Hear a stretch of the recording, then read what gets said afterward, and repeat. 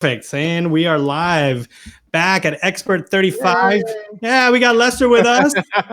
Anchor from Channel 45. Back, Expert35 brings industry experts from 35 different industries, showing you the expertise, the challenges, the hardship, and the opportunities. Lester, thank you for being with us today. What an honor. It is an absolute pleasure. Thank you for having me.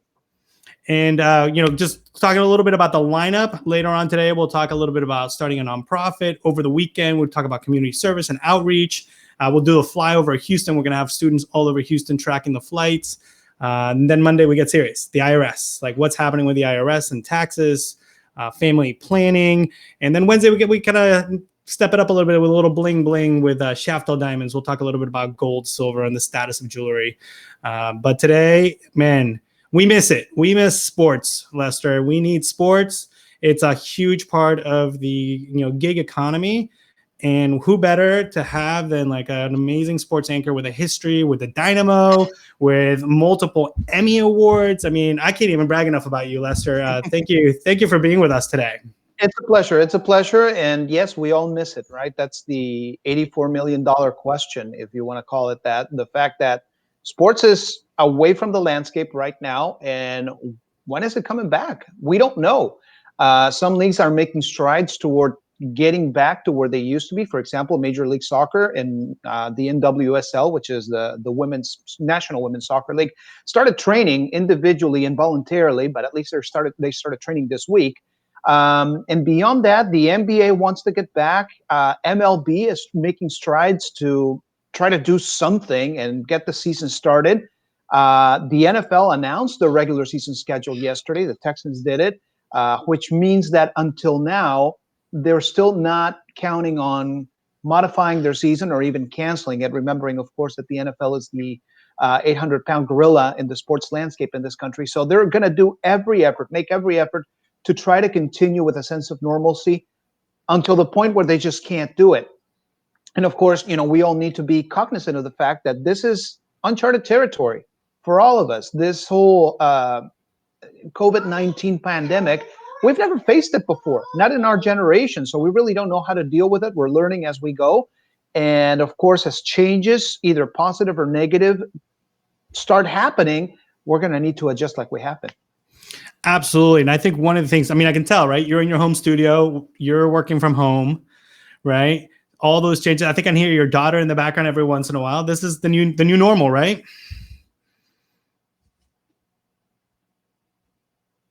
Did we lose you? I think we lost you. But yes, so next is really how do we actually make it through all these changes? Let me see if I can refresh the screen real quick, and we'll put Lester on air. 1 second.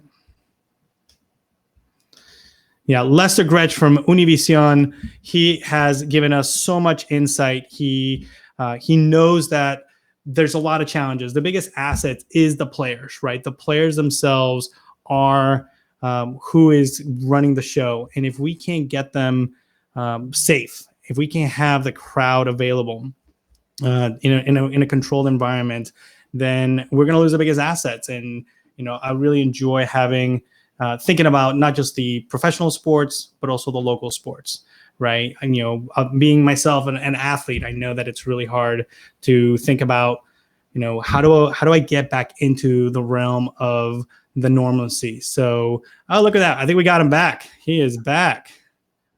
If I may, Gabe, I was just trying to answer one of your questions. For example, the lucrative sports contracts, right? Will leagues survive? We saw with the XFL. The XFL had a contract. Yeah, it wasn't that lucrative, but the XFL, I don't think it's determined so much because of that. It's determined by whether the ultimate commodity, which is athletes, can get back on the field. And of course, safety is first and foremost for everybody, right? Whether it's athletes, whether it's office workers, whether it's whomever. And of course, if you can't have your ultimate product, if you can't have the reason people are paying to watch, you can have contracts with ESPN or Fox or whomever.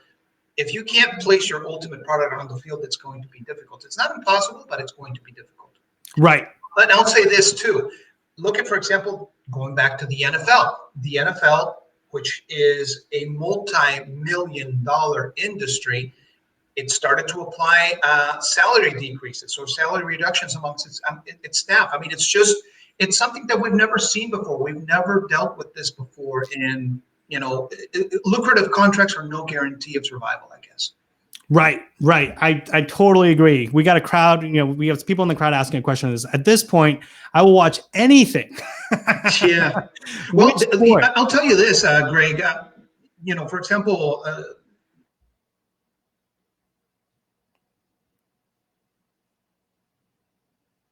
and I think we might have lost him again. So he may be having an internet connection coming in and out. So, but we do know that, again, the Texans released their current schedule just now, right? The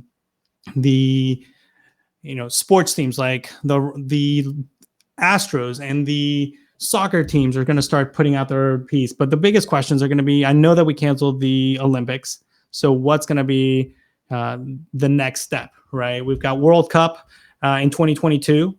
There's an interesting opportunity saying that we have to have the games and we may have them without a crowd. So one of the questions is right here is, do we think people will ever feel safe being in a crowd of 6,000 screaming fans?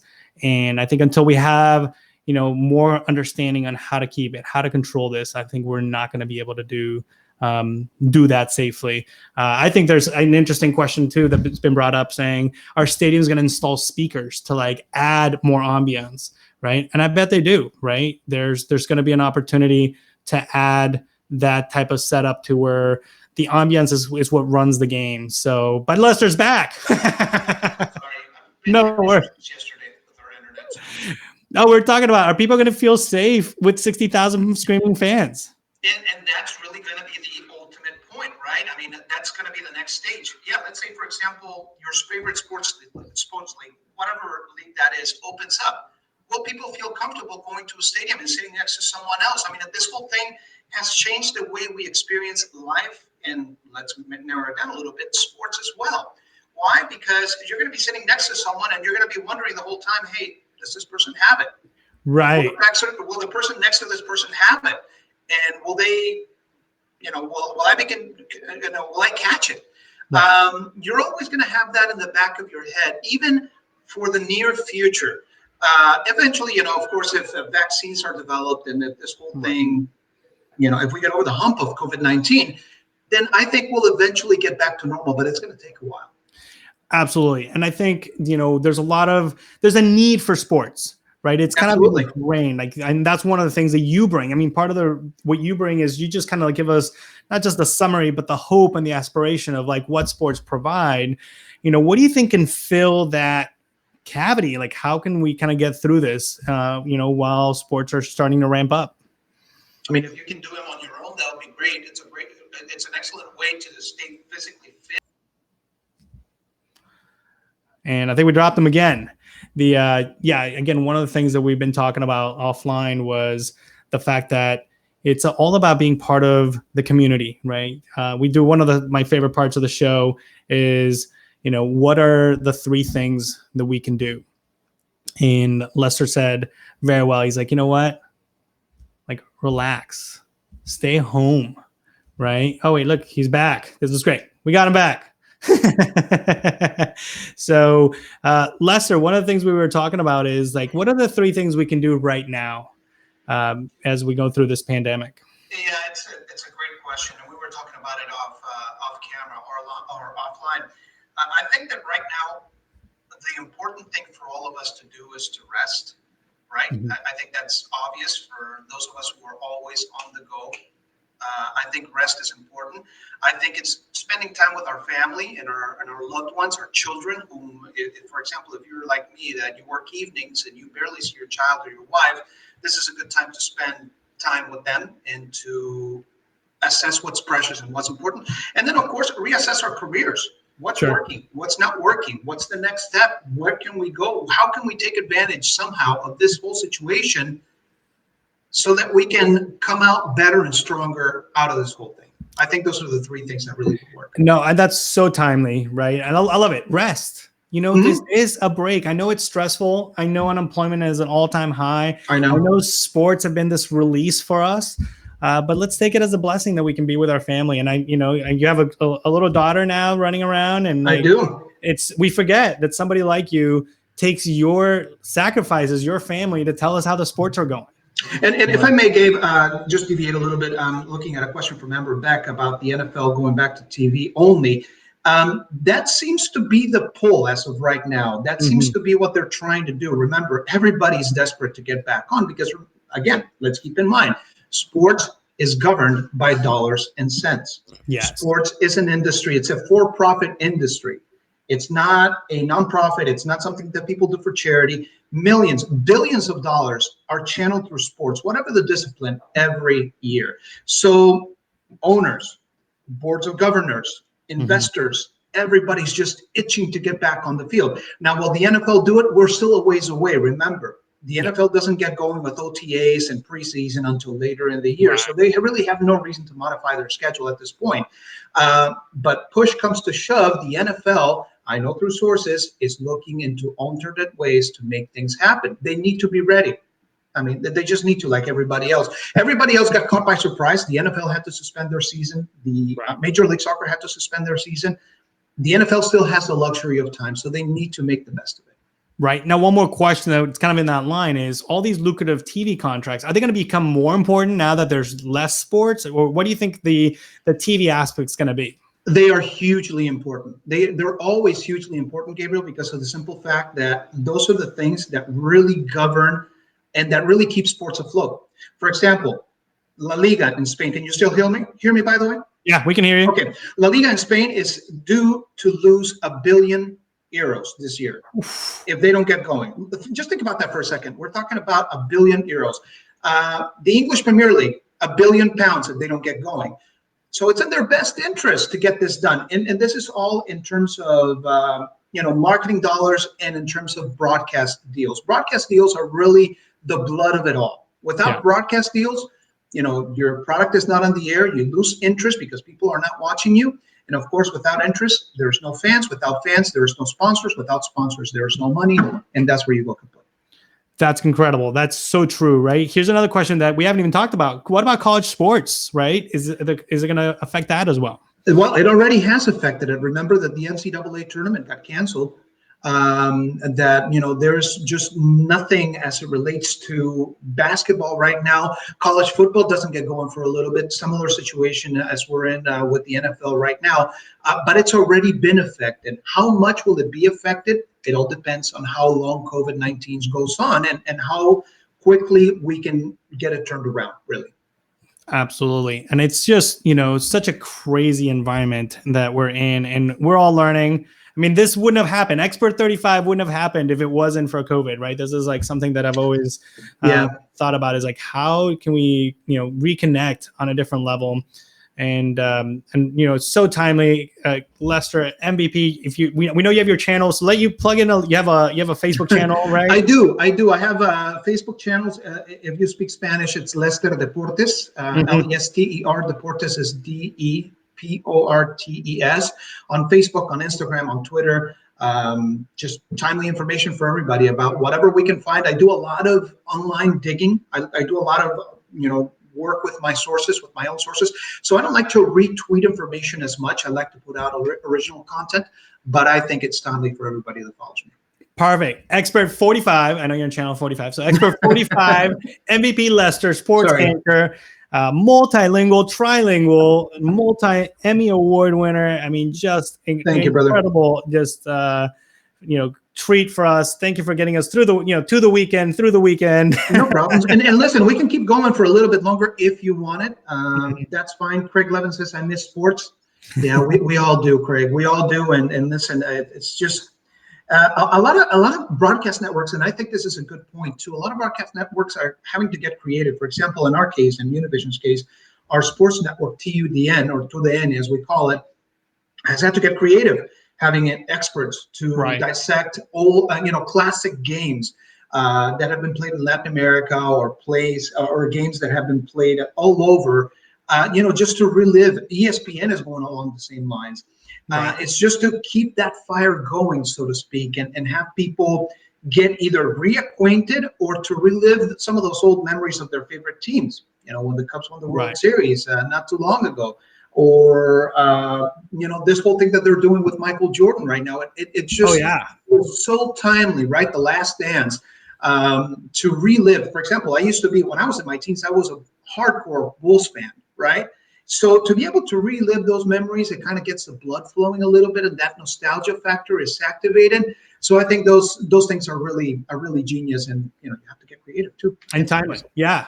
No, absolutely. I think the way the industry has kind of adapted, and it's a time to think and have some of that nostalgia. Obviously, there's a lot of online battles of who's better and like comparisons, but yeah, and again, that's part of what sports is about. Greg is also asking, will games be fun to watch if there are no people cheering in the stands?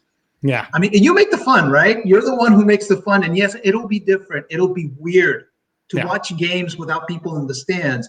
I remember there's a story about, I think it's Latvia. It's one of the Baltic countries right now, right? That hasn't stopped playing soccer. They haven't stopped through this pandemic. And one of the things that they did, they put cardboard cutouts of fans in the stands. Wow. Oh, no. And, kid you not. They put those cardboard cutouts in the stands. And I think I would go as far as saying that they even had pre-recorded crowd noise to, help the players get through the games. And again, the fans are so important. That they're salt and pepper. They're the salt and pepper of every sporting event. They're that special condiment that really makes it special. Right. But again, this whole thing is forcing us to relive, reevaluate, and reassess every aspect of life. Yeah. So Jana's asking what sport I played. I played soccer, but back in the World Cup, man, like 12 years ago, I was in a commercial. Mm-hmm. And they filmed it at the Dynamo Stadium. And it's true. We had all these cardboard like cutouts, and it was just so hard to get into it when you're in this humongous stadium. And we only had maybe 25 people in an angle that looked like it was full. Right. And then they CGI the rest. I was excited to be in a commercial for, representing Mexico in a World Cup commercial. But at the same time, it was like, oh, wow, like this is what they're going to experience, moving forward. And it was. I think they're probably going to install speakers to make it louder, to just kind of, you have to add some, fill in those gaps in between people. So sure. And I agree. Again, I think fans are really what makes spectator sports special. Kimberly's also asking, if fans can't be in the stadium, related to this, how do you think it'll impact salaries? Great question. Right now, we don't know. Again, you can have an inkling to say it will affect it. In some degree, in some way, shape, or form, because again, an important part of what sports do is they bring in fans, and fans bring in the money. Again, TV deals are the more lucrative parts of this, again, along with some other parts of the equation as well. But TV deals are important. Now, as it relates to fans, of course, they buy merchandise, they buy concessions at the stands, whether it's food or drink or both or whatever. They pay for parking. Let's remember that.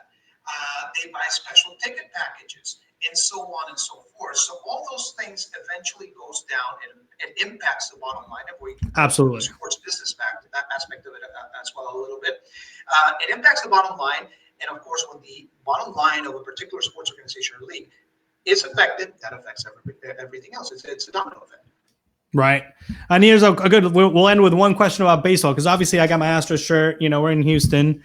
And we made a lot. We may have lost Lester one more time. Let me see if we can get back in there. Will baseball reorganized season affect how we view home games? And it's like, and I think absolutely, right? Everything's changing, but I think games are going to be more interactive. I think now we're starting to see the fact that people can like chime in, and we're starting to see kind of like when you saw The Voice and when you saw all these reality shows or all these competitions that people can vote. I think we're going to start seeing that change in the industry, where you're watching TV and you're going to be able to kind of chime in and have a group, or have independent group chats or ways to communicate with a group. And I think that's going to be something that we really start seeing moving forward, is the fact that you're seeing a live stream, you'll see the audience, or you'll see the game, and you'll be able to chat. So that's what I was saying, Lester, is I think that it's going to be like reality TV now. We're going to be able to vote and chat from our couch, right? To have conversations virtually with people. I think that's almost the next level of like artificial grouping and crowdsourcing. And that's where I was going through the advent of social media and social interaction, I mean, you already see it. How people, during live sports programs, for example, you can tweet at the host and the host replies and everything. I mean, it adds a different level of interaction, a more intimate level of interaction that hasn't seen before. And I think this just will accentuate it. It'll make it grow, and it'll take sports into a different facet. I mean, it's a natural transition, I guess. Right. No, I mean, I think it's a natural transition. It's a weird one, but it's also, man, it's a safe one too. I agree. Great Stevenson is asking, what about community leagues and youth sports? Will they return? Again, it affects everything. And yes, I mean, for example, those people, for example, in the Hispanic community who are so used to playing soccer on Saturdays and Sundays, right now they can't do it. I have a friend who's got his kids enrolled in different, youth leagues. And again, they're itching because that's a lot of times for these people, that's not a routine. It's a ritual of every weekend. Yes.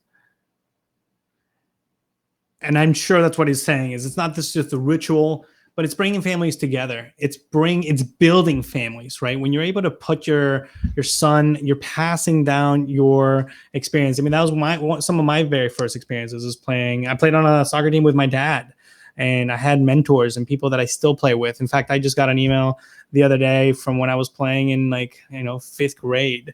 So those memories are, solidifying and making a family, together. So I think it's just so important to do those sports teams. It builds leadership. It builds, professionalism and camaraderie, even friendships, friendships that will last a lifetime.